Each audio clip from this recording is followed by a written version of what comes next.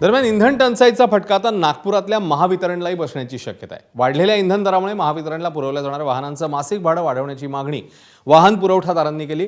अन्यथा शासनाला वाहनं भाडेतत्त्वावर देणार नाही अशी भूमिका नागपुरातील महावितरणला मासिक पद्धतीने वाहन पुरवणाऱ्या पुरवठादारांनी घेतली। महावितरणच्या अधिकाऱ्यांसाठी तसंच विविध ठिकाणी होणाऱ्या ब्रेकडाऊनच्या दुरुस्तीसाठी जाणाऱ्या महावितरणच्या पथकाकरता भाडेतत्त्वावर विविध वाहनं घेतली जातात। आता भाडेवाढ न केल्यास ऐन उन्हाळ्यात महावितरणसमोर वाहन टंचाईचा पेच उभा राहू शकतो अशी शक्यता वर्तवण्यात येते।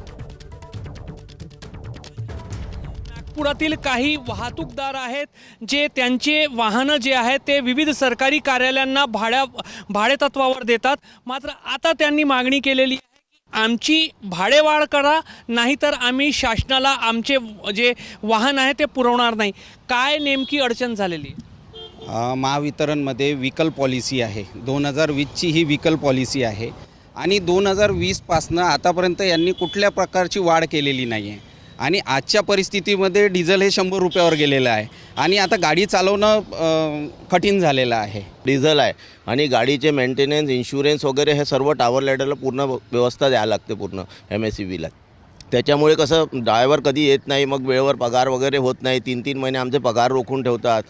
त्यामुळे आम्हाला खूप त्रास होते आणि आम्हाला ते सहन करण्याची शक्ती पण आमच्यामध्ये आता सध्या राहिलेली नाही। डिझेल आणि पेट्रोलचे सगळे महाग झाले आणि त्यातला तर 24 तास सर्व्हिस देणं, आता येणाऱ्या 2 महिन्यांनी पाऊस लागल आणि तिथे तर पावसामध्ये ब्रेकडाऊन आणि सेटडाऊन यायचे खूप भरपूर सहज आणि प्रॉब्लेम म्हणजे असा आहे का मेंटेनन्समुळे ते वाढतच जाईल आणि आमचे कामं वाढत जाईल।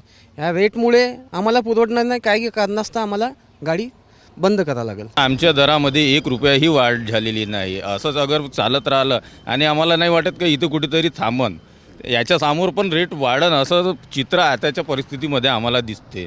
तर आम्ही याच्यासमोर याच्यात आम्ही सेवा देऊ शकणार नाही।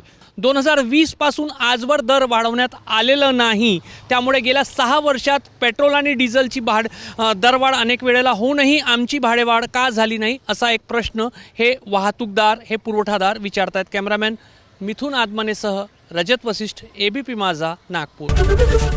ABP माझा, उघडा डोळे बघा नीट।